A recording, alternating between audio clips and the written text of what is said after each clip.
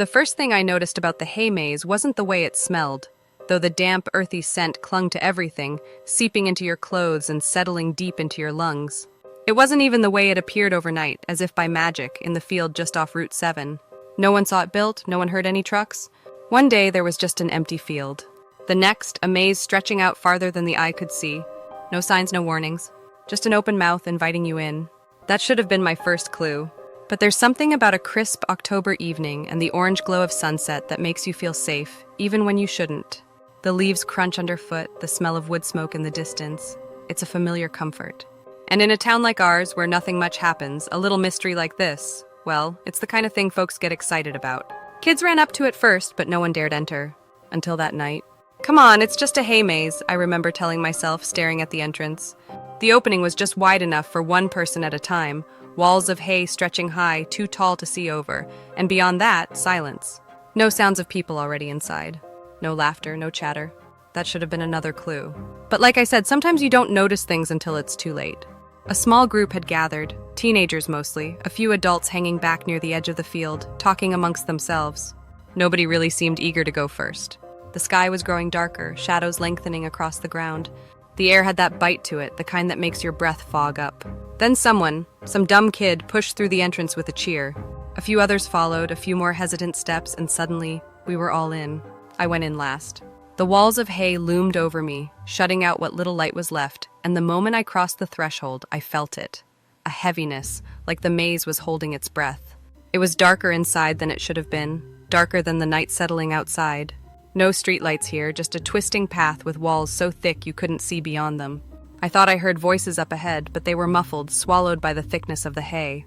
I pressed on, the maze pulling me in deeper with every step, every turn. I'm not sure when I started hearing the footsteps behind me. At first I thought it was just someone else from the group, maybe one of the kids doubling back. But the longer I walked, the more I realized no one should have been behind me. I was the last one in. And yet there it was. The soft shuffle of steps like feet dragging through the dirt. Too close. Far too close. I quickened my pace, my heart pounding now, breath coming in short bursts. The maze twisted and turned, each path identical to the last.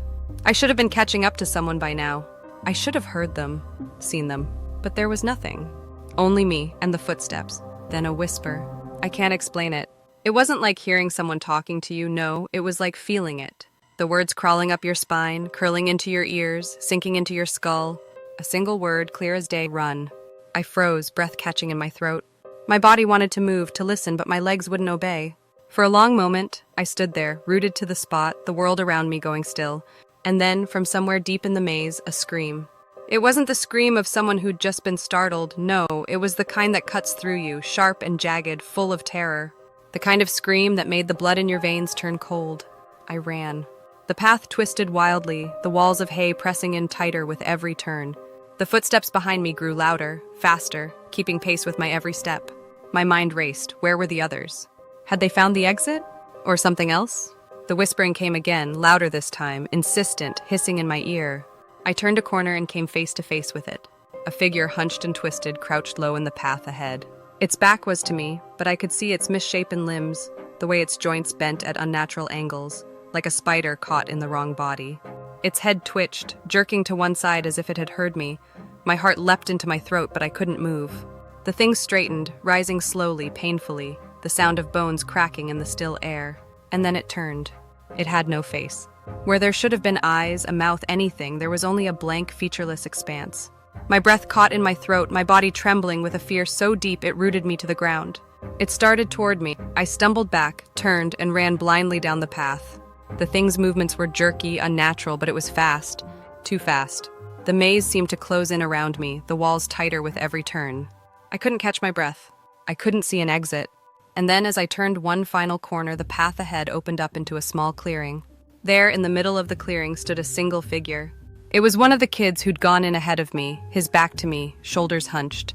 Relief flooded me, but only for a second. He turned slowly, his face illuminated by the pale moonlight.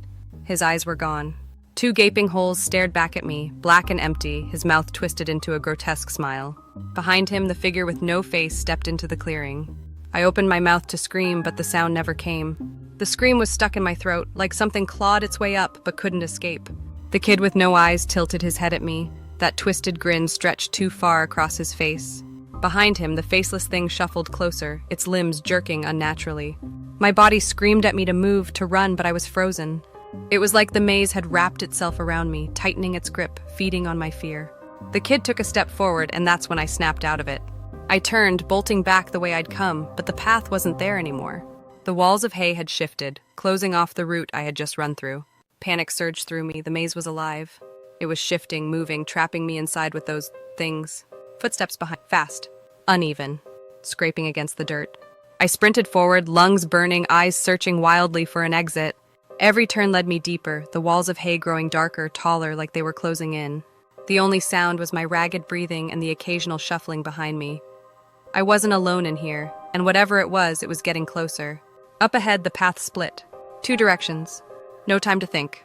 I chose the left and ran harder, every muscle screaming in protest. The air grew colder, thick with the smell of decay. It wasn't just the musty scent of old hay anymore. It was something rotting, something long dead. The whisper came again. Run. It was louder this time, clearer, as if the voice was inside my head now, echoing in my thoughts. I skidded to a stop, my heart hammering in my chest, but something told me to look behind me. I didn't want to. Every instinct in me screamed not to, but I couldn't help it. Slowly I turned my head. The kid with no eyes was standing at the end of the path, only a few feet away now, his twisted smile even wider, his head cocked at an unnatural angle. His skin looked pale, waxy, like a mannequin, his empty eye sockets oozing something dark and thick. But that wasn't what made my stomach drop. Behind him, just barely visible in the shadows, was the faceless figure. Except this time it wasn't alone. There were more of them. Dozens of them, all hunched, crooked, their bodies moving with that same eerie, broken rhythm. They lined the path, closing in, their blank faces turned toward me as if they were waiting. For what? I turned and ran again, my legs moving on instinct, my mind clouded with panic. There was no plan, no direction, just the overwhelming need to get out, to survive. The maze twisted and turned, endless corridors of hay, and every corner felt like a trap. The whispers grew louder, insistent, surrounding me, crawling into my thoughts. I could almost feel them brushing against my skin, cold and slimy. I could hear the footsteps again, closer now, the shuffling scrape of those things trailing me. They were faster this time. No matter how hard I ran, I could feel them gaining on me, closing in with every breath I took. And then I saw it. Up ahead, through the narrow path, there was a clearing. Not like before, this was different. A soft glow spilled out, flickering like firelight. Hope surged through me. Maybe it was an exit. Maybe someone else had found their way out and lit a fire, waiting for help. Maybe I wasn't alone after all. I didn't hesitate. I ran toward the light, the whispers in my head fading, drowned out by the pounding of my heart. I stumbled into the clearing, breathless, my eyes adjusting to the flickering light. It wasn't a fire. It was something else entirely. In the center of the clearing was a scarecrow, but not the kind you see in cornfields. No, this one was different. Its body was made of twisted branches, wrapped in what looked like rotting cloth, and its head, a burlap sack, sewn tightly around something that moved, something that writhed underneath the fabric. And its eyes, oh God, its eyes. 2 glowing red orbs stared at me from the stitched face, burning with an unnatural light. They flickered, pulsing like a heartbeat, as if the thing was alive, watching me. Behind me, the footsteps stopped. I turned slowly, dread crawling up my spine. The kid with no eyes stood at the edge of the clearing, his mouth moving silently, as if he were trying to speak but couldn't. The faceless creatures were there too, all of them watching, waiting. Then, without warning, the kid's body jerked violently, and his head snapped backward with a sickening crack. His body collapsed, crumpling to the ground in a heap, and then I saw it. From the shadows, something crawled out of the maze. Something long and thin and wrong. Its body was low to the ground, its limbs twisted and unnatural, like a spider made of human bones. It moved slowly, deliberately, dragging itself toward the fallen boy. Its face, if you could call it a face, was a mass of writhing tendrils, slick with blood, searching for something. It found the boy. I stood frozen, my feet rooted to the spot as the thing crawled over him, its tendrils wrapping around his body, pulling it in. The boy's skin began to peel away, layer by layer, sliding off like wet paper, revealing raw muscle and bone underneath. The thing devoured him, piece by piece, until there was nothing left but a pile of discarded flesh. And then it turned toward me. I ran, but no matter how fast I moved, I could feel it. The maze was alive, the walls shifting around me, steering me in one direction. Back to the clearing, back to the scarecrow with the burning eyes. I had to escape. But every path I took led me deeper into the maze, and now the whispers had returned, louder than ever. This time they weren't telling me to run. They were laughing. The laughter echoed in my ears, bouncing off the walls of hay, growing louder with every step. I couldn't tell where it was coming from anymore. Above me, behind me, inside me. It was mocking, cruel, like 100 voices laughing at my panic, at the fact that I was running in circles. My legs were burning, every breath like knives in my chest, but I couldn't stop. I didn't dare stop. The thing with the writhing tendrils, it was still there, somewhere, moving through the maze like it belonged. Like it was part of the maze. The scarecrow with the glowing eyes burned itself into my mind. That terrible image seared into my thoughts, refusing to leave. It had felt like a beacon at first, but now I wasn't so sure. Maybe it was a trap. Maybe it was all part of the game this place was playing with me. And the others? The kid with no eyes, the faceless creatures? Were they part of it too, victims like me? Or had they become something worse? The path twisted again, the walls of hay closing in so tight I had to squeeze through. It was like the maze was trying to crush me, smother me, force me back toward the center. My hands scraped against the rough straw, the earthy smell filling my nose, but beneath it, there was something else. That stench of decay. Rot. It was stronger now, overwhelming, like something had been buried here for far too long. Suddenly, the path opened up into another clearing, but this one was different. Smaller. Tighter. No flickering light this time. No scarecrow. Just a circle of dead grass, flattened and trampled, as if something large had been here recently. My breath came in shallow gasps, my heart pounding in my throat. I looked around, my mind racing. And that's when I saw them. At the far edge of the clearing, half hidden in the shadows, were figures. People, or what used to be people. They stood motionless, their bodies stiff, like they'd been frozen in place. At first I thought they were mannequins, their skin gray and cracked, patches of straw sticking out from their necks and arms. But then one of them moved just slightly, its head turning toward me in a slow, deliberate motion. My blood turned to ice. They weren't mannequins. They were something else. Something caught between life and death, their eyes glazed over, mouths open in silent screams. One by one, their heads turned toward me, their limbs creaking like dry wood as they started to shuffle forward. I backed up instinctively, my legs trembling. There was nowhere to go, nowhere to hide. The walls of the maze loomed high around me, trapping me inside with these things. I was cornered, my breath coming in ragged gasps as I backed against the wall of hay. The closest one, a woman with her skin stretched tight over her skull, reached out. Her hand was gnarled, twisted into a claw, and her fingers brushed my arm, cold as ice. I bolted. Somehow I found an opening in the maze and slipped through, running blindly, my mind consumed with panic. The walls blurred together, every turn identical, every path leading deeper into the labyrinth. The whispers had grown louder now, no longer laughing but murmuring, screaming. And I realized something. I wasn't running toward the exit. I was running toward it. The scarecrow. The walls of hay were leading me back, forcing me to return to that cursed clearing, and no matter how hard I tried to fight it, the maze had already decided my fate. I could feel the pull, the invisible strings tugging at me, dragging me toward the center. Toward the scarecrow. Toward whatever waited for me there. I turned a corner and stopped dead in my tracks. There it was. The scarecrow stood in the middle of the clearing, just as before, but something was different now. The glow from its eyes had dimmed, flickering weakly as if the light was dying.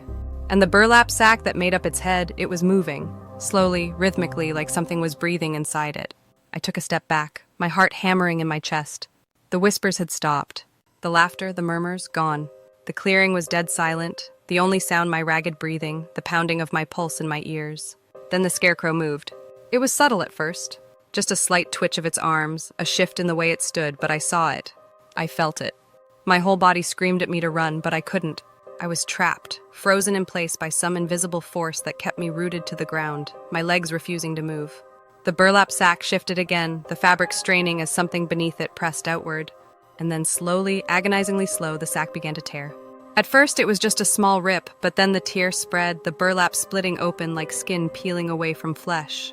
Something black and wet oozed from the tear, dripping down the scarecrow's chest, and the air filled with that same stench of rot. It was suffocating, overwhelming. And then it came out. A hand, thin, bony, covered in slick, blackened flesh, clawing its way through the burlap. The fingers were long, twisted, and as the hand emerged, it was followed by an arm, then another. 2 arms, writhing, pulling the sack apart as something horrible forced its way free. My breath caught in my throat. It wasn't a scarecrow. It had never been a scarecrow. The thing inside tore itself free, its body long and skeletal, its skin stretched tight over bones that jutted out at odd angles. It was drenched in the same black ooze, its face twisted into a grotesque parody of a human skull, its mouth wide and gaping, lined with rows of sharp, broken teeth.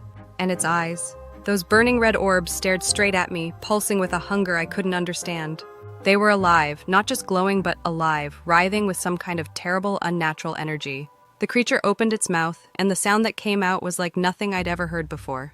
A scream, but not just a scream. It was layered, like hundreds of voices, all screaming at once, overlapping, blending together into one horrific, blood-curdling noise that made my bones vibrate. I tried to move, to run, but my legs wouldn't respond. I could feel the walls of the maze pressing in tighter, as if they were watching me, waiting for the inevitable. And then the creature lunged. Its bony hands stretched out toward me, fingers curling into claws, and just before they reached me, everything went black. When the darkness swallowed me, I thought it was over. My entire body seized up in terror, my mind unraveling as the creature's cold, bony fingers reached for me. But instead of the crushing grip I expected, there was nothing. No pain, no cold, no claws raking across my skin. Just silence. And then light. I blinked, my eyes adjusting to the sudden brightness. I was no longer in the maze. No longer surrounded by the walls of hay or the faceless horrors that had haunted my every step. I was in a field, an open, sunlit field. The sky a deep blue overhead, the kind you only see in the heart of summer. The smell of fresh-cut grass filled the air, a gentle breeze brushing against my face. I blinked again, harder this time, struggling to make sense of what I was seeing. Was this another trick? Another layer of the maze's twisted game? I turned slowly, expecting to see the walls of hay lurking just out of sight, but there was nothing. Just open space, the warmth of the sun on my skin, the rustling of leaves in the distance. I ran my hands over my arms, my chest, no cuts, no bruises, no sign of the nightmare I had just endured. It didn't make sense. Then I heard a voice. "You made it!" I spun around, my heart leaping into my throat. A figure stood at the edge of the field, smiling warmly. It was an old man dressed in simple overalls, his face weathered and kind, like someone's grandfather. He walked toward me, hands in his pockets, his pace unhurried. I took a step back, wary. "Where am I? What happened to the maze?" The old man's smile widened, and he let out a soft chuckle. "You're safe now. The maze, it's not what it seems. It never was." I stared at him, the adrenaline still pumping through my veins, every muscle in my body tense. "What do you mean, that thing?" I couldn't even finish the sentence, the memory of the creature still fresh, too real. He nodded, his expression turning somber. "The maze wasn't built by anyone, not in the way you think. It's ancient. A force that feeds on fear, on despair. It pulls people in, traps them, twists their minds until there's nothing left but terror." I swallowed hard. "But I escaped." The old man's eyes twinkled. "You did. You found the one thing the maze can't take from you. Hope." I shook my head, still not understanding. "But the creatures, the scarecrow, how did I survive?" The old man stepped closer, placing a hand on my shoulder. "Those creatures were your fear-made flesh. The more you gave into it, the stronger they became. But when you stopped running, when you stood your ground, when you faced them, that's when you took their power away." I thought back to the moment in the maze, when everything had gone dark. I had been so sure it was the end, but somehow I had fought back. I had fought back. Not with my fists, not with force, but with something deeper, something I hadn't even realized I had. "You're stronger than you know," the old man said quietly, as if reading my thoughts. "That's why you're here. That's why you're free." I looked around again. The bright open field so far removed from the nightmare of the maze. "So it's over? I'm really free?" He nodded once firmly. "Yes, the maze has no hold on you anymore." I took a deep breath, letting the realization sink in. The weight I had been carrying, the fear, the panic, it all began to lift like a fog clearing from my mind. I was free. I had survived. The old man smiled again, his eyes crinkling at the corners. "There's more strength in you than you realize. Hold on to that, and no maze, no fear, will ever trap you again." I nodded, feeling a warmth spread through my chest, the sunlight on my skin no longer just a physical sensation, but something deeper. I was alive. I was whole. As the old man turned to walk away, I called out to him. "Who are you?" He paused, glancing back over his shoulder. "Just someone who's been through the maze before. Someone who knows there's always a way out." With that, he disappeared into the golden field, leaving me standing there, the breeze carrying away the last remnants of fear. I stood for a long moment, letting the peace of the place wash over me. The maze was gone. The terror was gone. And for the first time in what felt like forever, I could breathe without the weight of dread pressing down on my chest. I walked forward, the grass soft under my feet, the sky above me open and clear. There was a path ahead, but this time it wasn't a maze. It was just a road, one I could follow wherever I chose to go. And as I walked, I smiled, because I knew that no matter what came next, no matter what dark paths life might throw my way, I had already faced the worst of it. I had looked fear in the eye and found my way through. I was free. The nightmare was over, and the sun shone down warm and bright, lighting the way ahead.